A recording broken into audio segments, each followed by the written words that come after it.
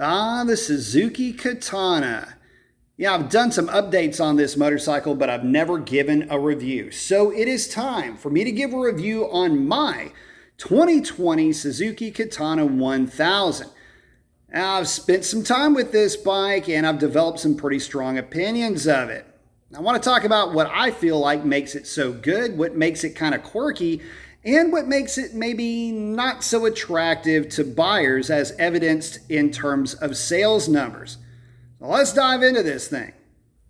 Okay, so if you're watching this video, you are probably researching these motorcycles and you were drawn in by the styling first and foremost. That 80s style that is harkening back to the original 1982 Katana. Those design cues are definitely on offer for this bike. It's the reason why I fell in love with it initially, probably just like you did. It's not just skin deep though. It is still a retro bike in another way. You see, it's riding on a 2005 derived GSXR 1000 frame, swing arm, and engine. That engine's making underrated, by the way, 150 horsepower.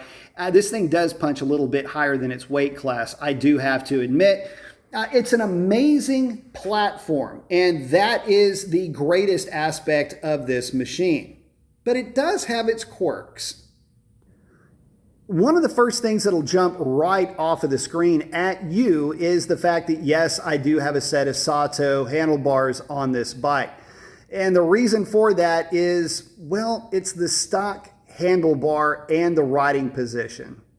And there it is, both a quirk and a reason why, well, a lot of folks ended up getting turned off from this motorcycle before they ever got a chance to ride it. We'll talk about that here in just a second. Okay, I can't help myself. Look, this handlebar looks way more at home on my Bonneville. In fact, if I get the curves parallel, it doesn't really come back any further, and it's certainly not any lower than the handlebars on this Katana, which is almost worse. Like, I would actually take this stock Katana bar off of this Bonneville if it came stock with that type of a bar and go back with something more like this. Okay, guys, so another quirk of this motorcycle is where the battery is placed back here. Like practically at one of the worst places you can put a battery in terms of handling and what's known as moment of inertia.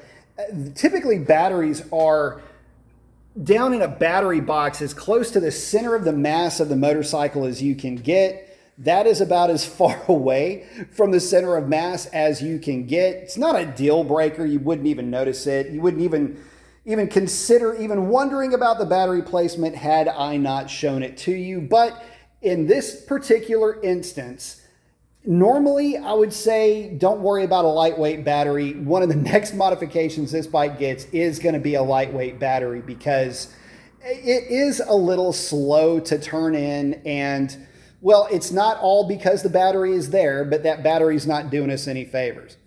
But yeah, seriously, as far as a performance machine is concerned, 8 or 9 pounds right after the rider's butt, probably not the greatest. But another thing that is a bit of a quirk for a bike, at least of this vintage, is the rear tire size.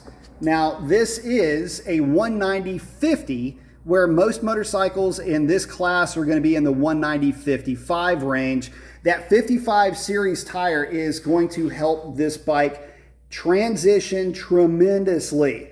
And I say it's going to because it is also next on the list of things I need to do to this bike. That is a brand new S22 on the back of the bike. I am going to run it through the end of the season, and as soon as it starts warming up again, she's getting the 190/55. Believe me, it's going to make all the difference in the world in terms of turn in. Okay, guys, so back in the office, look, I like this motorcycle a lot. It does have some quirks, though, and this is really what I wanted to talk about. If you're interested in the Katana, you're looking at it for the looks, and I get that. But if you can find one on a dealer's showroom, consider yourself lucky. What's happened over the years with this bike is that dealers have found that folks, they will not get past the initial leg over on this motorcycle. One of the dealers that I was talking to specifically about Katanas, because I had literally gone there looking to see if they had one, what he had told me was this: guys will sit on the bike and they simply don't like the riding position, even when you compare it to a GSX S, because, well, it's a GSX variant. So when you think of it in those terms, when you look at it from, say, the handlebar or the seating position of the GSX S1000, it's still even more upright than that bike. Add to that, the seat of the Katana pushes the rider slightly forward versus the GSX S1000, and you end up with this very strange, very upright riding position with a handlebar that looks, well, more at home on a cruiser or a standard than on an actual sport bike. And because that was the general feedback that they kept getting over and over again on the Katana that they had in the showroom, the 4 allocations that this particular dealership had, they traded them off to another state because they simply did not sell well. And that's one of the quirks too about the bike. It's rarity. You won't see another one of these on the street, and it's not because it's so bespoke or anything like that. It's because people just didn't necessarily like it. I'm not saying that you're wrong if you do. I'm just saying that the general consensus is that it was just unattractive in terms of the seating position and the ergonomics of this machine overall. And that's also evidenced by, I believe it's at least, at last count, maybe 3 manufacturers that make clip-on style handlebars for this thing. They don't do that for the GSX-S or the F or the GT or the G, whatever the other ones are that are out there. No, it's only for the Katana, and it's because the people that bought the bike bought it because they loved the chassis, they liked the suspension, they loved the performance of the engine, they liked the bike enough to buy it, but they did not like it enough to leave it alone. And in this case, it's an ergonomics play more than anything else. And so because of that, Sato makes probably, at least in my opinion, the best and the most true to form handlebar setup for this bike. It does an incredible job at improving and making the riding position more what you would have expected for a motorcycle that has the Katana name. And the original Katanas all had clip-ons. Why this one didn't, I don't know. But here we are, and that is a modification that, again, it's not just me that is trumpeting the need for handlebars for these bikes. Other manufacturers have heard the cries and have taken up the mantle to make that work. So, in general, what would I say about this bike? Well, I like it a lot. Now, it is not at the top of the food chain in terms of hyper nakeds, but that's not how these bikes were priced, and that's not the type of motorcycle that it is. It is a simple, fairly inexpensive for the type of power that you get. Typically a GSX S variant is going to check in around $12,000, maybe 13. Is where you're going to find the Katana. The reality is that you get a lot of motorcycle for the price. Plus, you get the advantage of getting the K5 chassis, swing arm, and engine. And I got to tell you, again, yes, it is underrated. I know they say it makes 150, but again, dynos around the world are showing around 140-ish to the rear tire, which really makes it more like 155, 160 horsepower. But anyway, it's splitting hairs. It's nice to know at least that this bike is punching above the numbers that it is quoted at. So I like the handling, the suspension. I haven't touched it at all. In fact, at 200 pounds when I'm on the bike, this thing with only one adjustment in preload, I went from 3 to 4. That's all it's needed. I haven't touched any of the other settings, and I've been able to be very aggressive with this motorcycle, and it has never once offered me any type of complaint. As far as how well does it accelerate, it does exceptionally well. You'll get a little bit of a head shimmy, but that's about it with these handlebars.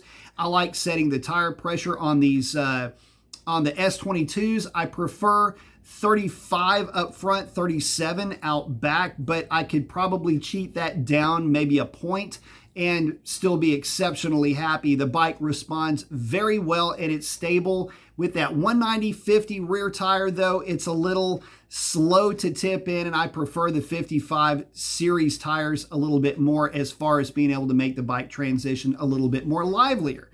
So what do I give it out of a set of like 1 to 10? I'd give it a solid 8.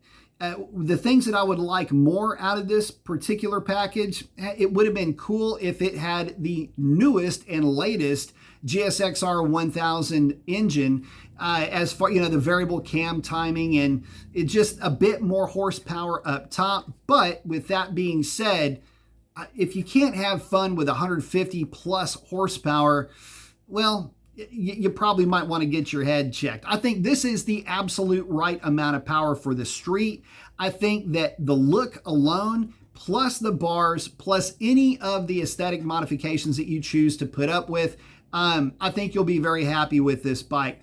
One thing that I have not mentioned, or at least I haven't mentioned it enough in any of my update videos for this bike, has been the fact that I've changed out the throttle tube. Now, the throttle tube that is in this motorcycle is one from a GSX-R 1000. One of the initial complaints about this vintage of Katana was that the throttle was a little bit too snappy, and what Suzuki did is they basically made a tamer throttle tube for it. And although there's nothing wrong with that, it just makes the throttle a lot longer to turn. The latest bikes all have ride-by-wire, so this doesn't really concern the newest versions. But if you're looking at an older bike with a cable actuated throttle, getting an aftermarket throttle might not be what will work for you, because this is another quirk about these bikes. There's just little differences. For example, the throttle cable length. I could not use a G2 stock throttle for a GSX-R 1000. I had to use an actual throttle tube from a GSX-R 1000 because the cables just simply weren't long enough.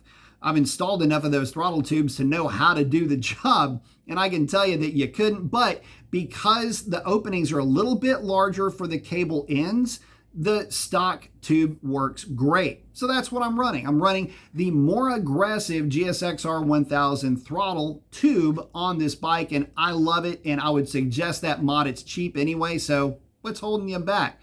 Anyway, I guess the other question is, what's it like to ride just in general? That K5 engine, because that's going to be something that, well, you're buying the bike for, right? I'll tell you this, it is a long stroke engine. The K5 1000cc mill is basically a 750 with a slight overbore and a long stroke. In fact, I've got it written down right here. It is a 59 millimeter stroke compared to the more modern 55 millimeter. Doesn't sound like a lot, but it can make the motorcycle a little bit buzzy, but it's not anything that you really need to worry about. Big 4-cylinder sport bikes are always going to be a little bit buzzy, so this is just maybe a little bit more, but it adds to the character of that engine. It's got great initial throttle response. It's very snappy, and even with the stock tune, it is lively all the way through the power band. So I have nothing to complain about in terms of overall performance. I would have liked maybe a little bit more smoothness out of that engine, but I've got another quirk to report. See, with the stock can, it's got a mid muffler and then just a can. That stock can, for some reason, the engine was buzzier with it. A buddy of mine gave me an M4 to try out and ended up making the bike smoother. Now, that could be a little bit of confirmation bias, as I was still breaking in the motorcycle. As well, you got to remember, when I bought this thing, it only had a couple of 100 miles on it, practically new old stock. And so maybe the break-in procedure helped that along. The can went on at about the time this bike was kind of running through that procedure, but still, nevertheless, the bike is smoother now with that can, plus it sounds a lot better too. Overall, I am enamored with this bike, and I cannot imagine this thing being any better than it is. Even if it had more power, I don't know that I would really benefit from it. This bike is punchy everywhere. It looks the part, it sounds the part. And if you're thinking about getting one, I would highly suggest, if you don't like the way that it feels when you sit on it, just remember that there are several companies that do make a solution for those handlebars should that be a problem for you. And everything else, well, I got to tell you, it's a great bike and I absolutely cannot imagine being happier with it. And with that, guys, I'm going to wrap it up. Post up your comments if you got one of these bikes. Let me know what you've done with it and what are you up to with it too. Are you out there picking on other sport nakeds and maybe some other sort of hyperclass bikes with your Katana? Let me know what kind of trouble you're getting into. I'd love to hear about it. And that's a wrap.